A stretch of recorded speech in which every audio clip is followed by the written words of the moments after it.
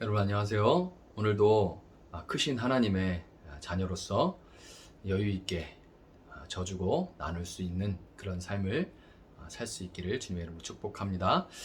오늘 본문은 창세기 26장의 말씀입니다. 아브라함 때에 첫 흉년이 들었더니 그 땅에 또 흉년이 들매 이삭이 그랄로 가서 블레셋 왕 아비멜렉에게 이르렀더니 여호와께서 이삭에게 나타나 이르시되 애굽으로 내려가지 말고 내가 네게 지시하는 땅에 거주하라. 이 땅에 거류하면 내가 너와 함께 있어 내게 복을 주고 내가 이 모든 땅을 너와 네 자손에게 주리라. 내가 네 아버지 아브라함에게 맹세한 것을 이루어 내 자손을 하늘의 별과 같이 번성하게 하며 이 모든 땅을 내 자손에게 주리니 내 자손으로 말미암아 천하 만민이 복을 받으리라. 이는 아브라함이 내 말을 순종하고 내 명령과 내 계명과 내 율례와 내 법도를 지켰음이라 하시니라.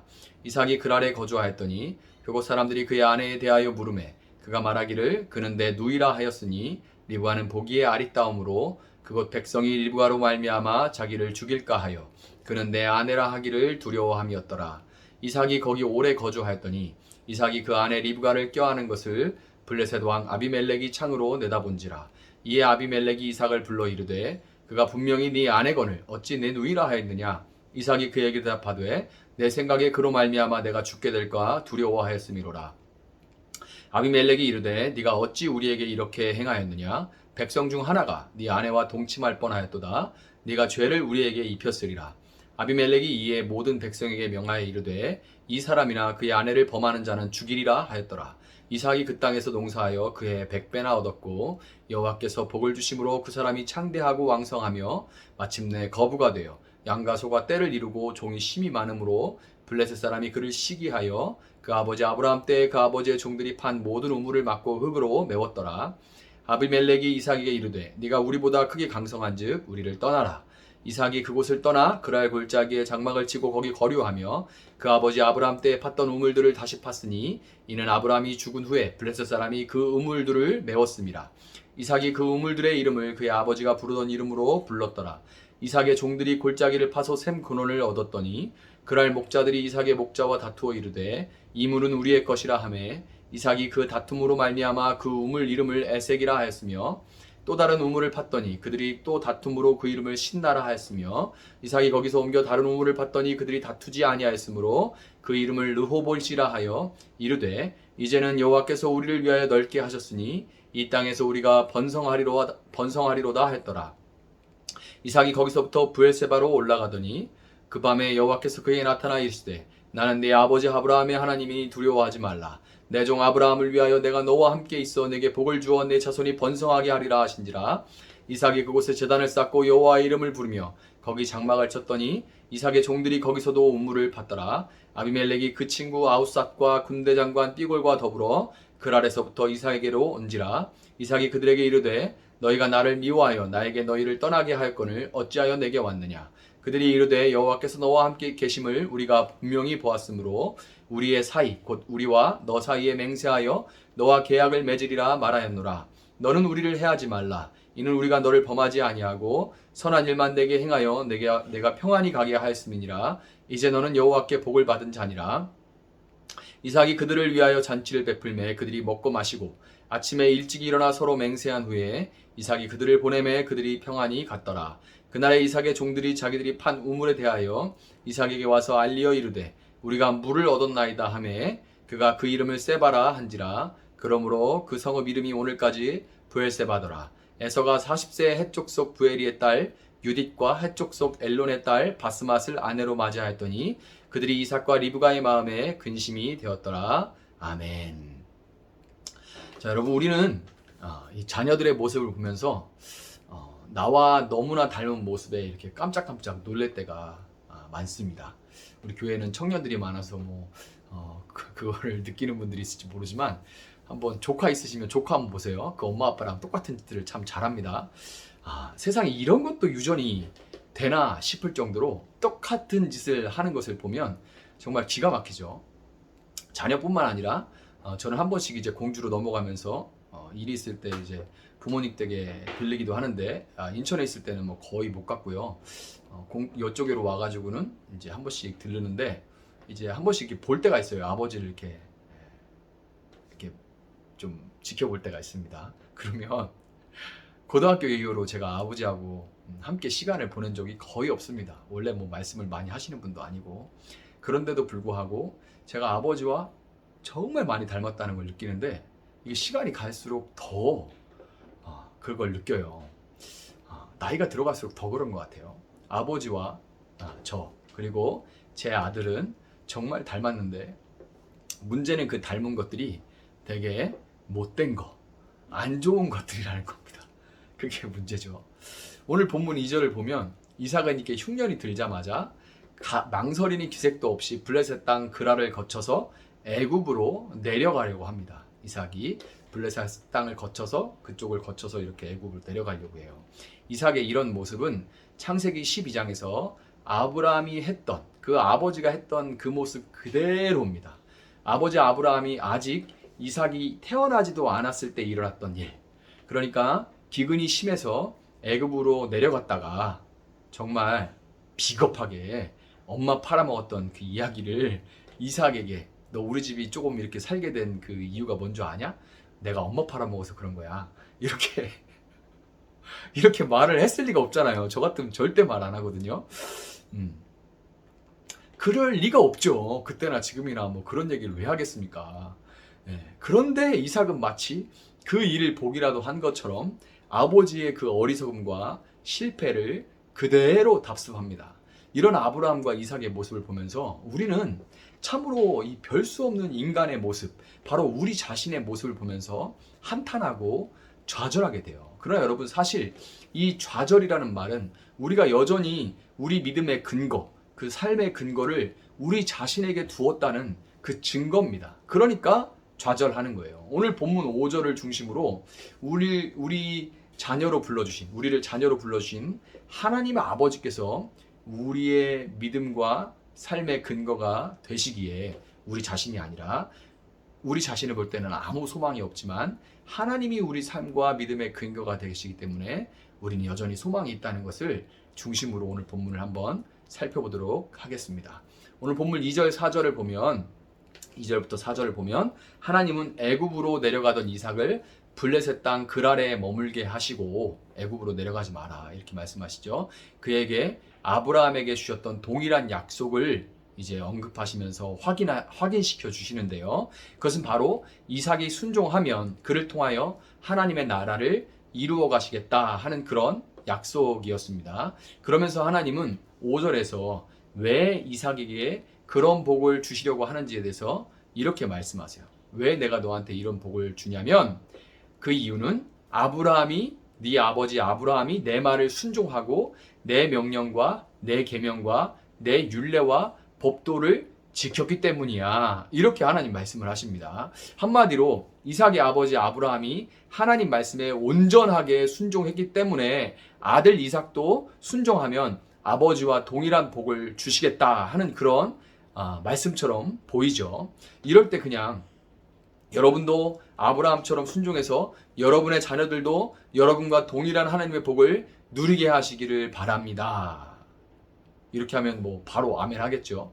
뭐 이렇게 하거나, 아니면 여러분도 하나님께 순종해서 우리 신앙 선배들이 누리던 동일한 그 하나님의 복을 다시금 누리기를 주님의 이름으로 축원합니다. 이렇게 얘기하면 또 역시 아멘 하겠죠.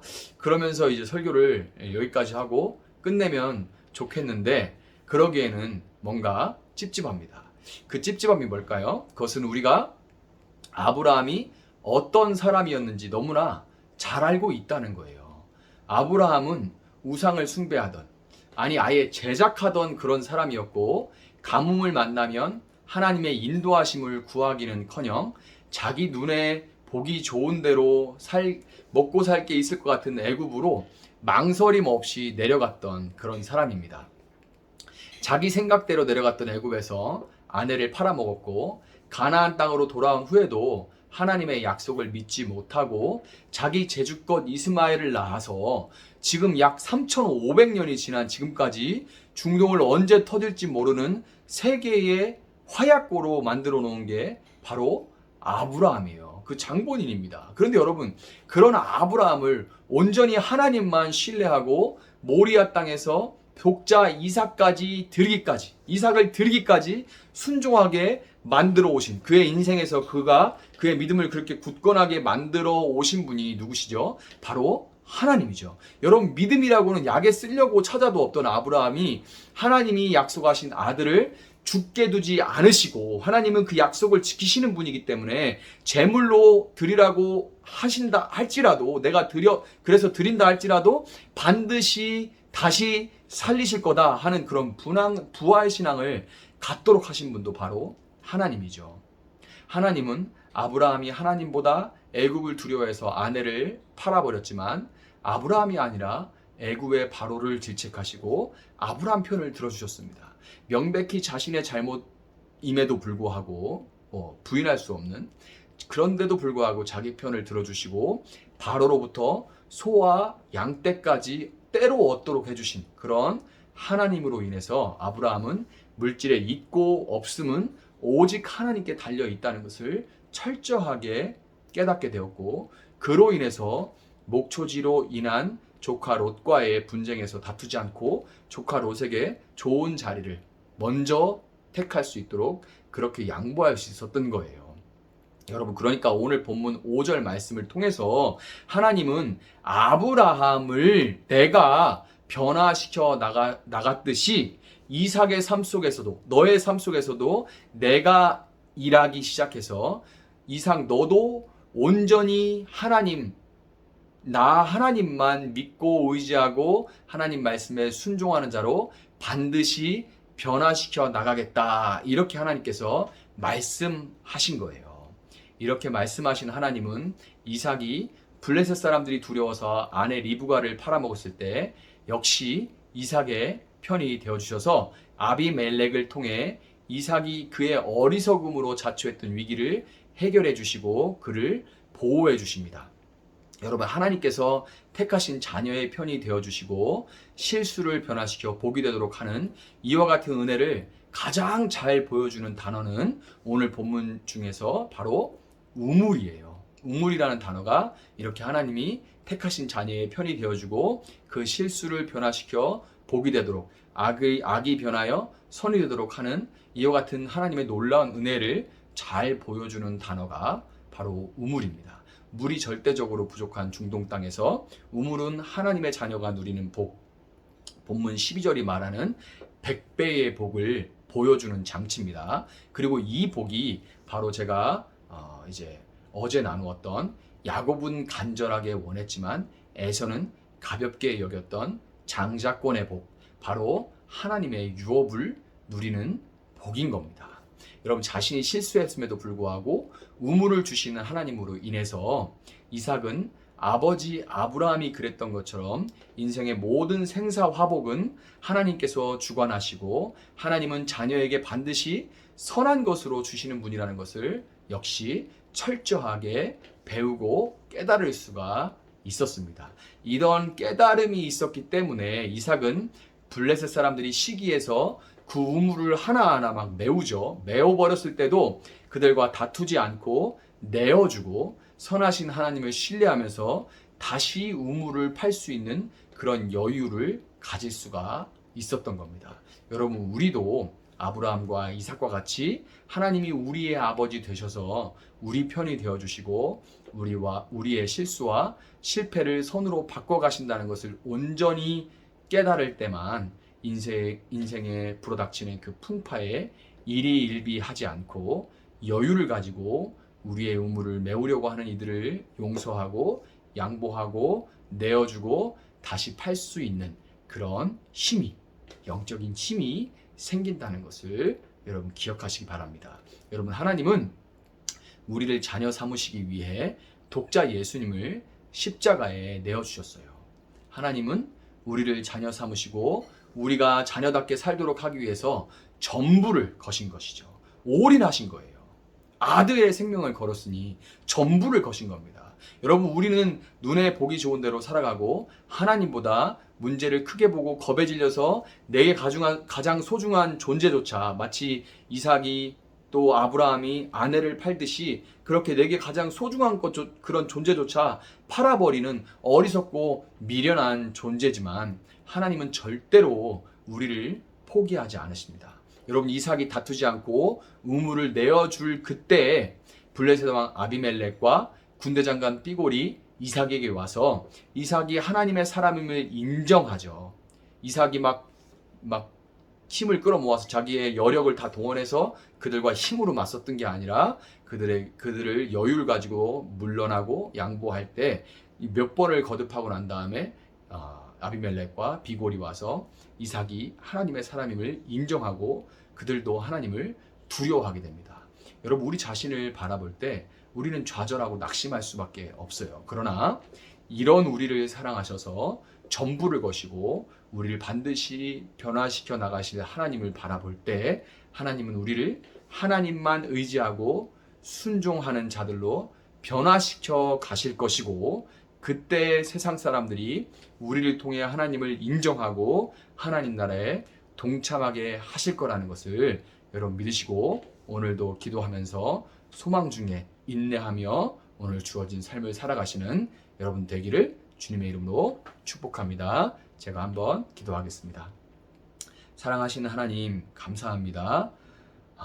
정말 우리 힘으로 내 지혜를 의지해서 살아갈 수 없음을 고백합니다. 많은 실수를 저지르고 부족하지만 그러나 하나님 언제나 내 편 되시고 우리 편 되주셔서 삶의 모든 어리석음들을 통해서 하나님 깨닫게 하시고 우리의 모든 실수들이 변하여서 정말 우리에게 덕이 되는 것으로 바꿔가시는 그런 하나님을 삶을 뒤돌아볼 때 고백할 수밖에 없음을 고백합니다. 하나님을 의지하고 하나님을 신뢰하며 나아갑니다. 오늘도 하나님이 언제나 내 우편에 계심을 인정하고 나아감으로 말미암아 우리 마음이 평안 가운데 여유를 얻게 하시고 그리하여서 나누고 용서하고 베풀 수 있는 자가 될 수 있게 하셔서 하나님, 너는 어떻게 그렇게 살 수 있냐, 이방인의 입에 그런 고백들이 나올 수 있게 우리 삶을 사용하여 주시고 정말 그들도 하나님을 알고 믿고 사랑할 수 있도록 하나님 우리를 사용하여 주시옵소서. 그렇게 하실 주님을 찬양하며 감사하며 예수님의 이름으로 기도합니다. 아멘.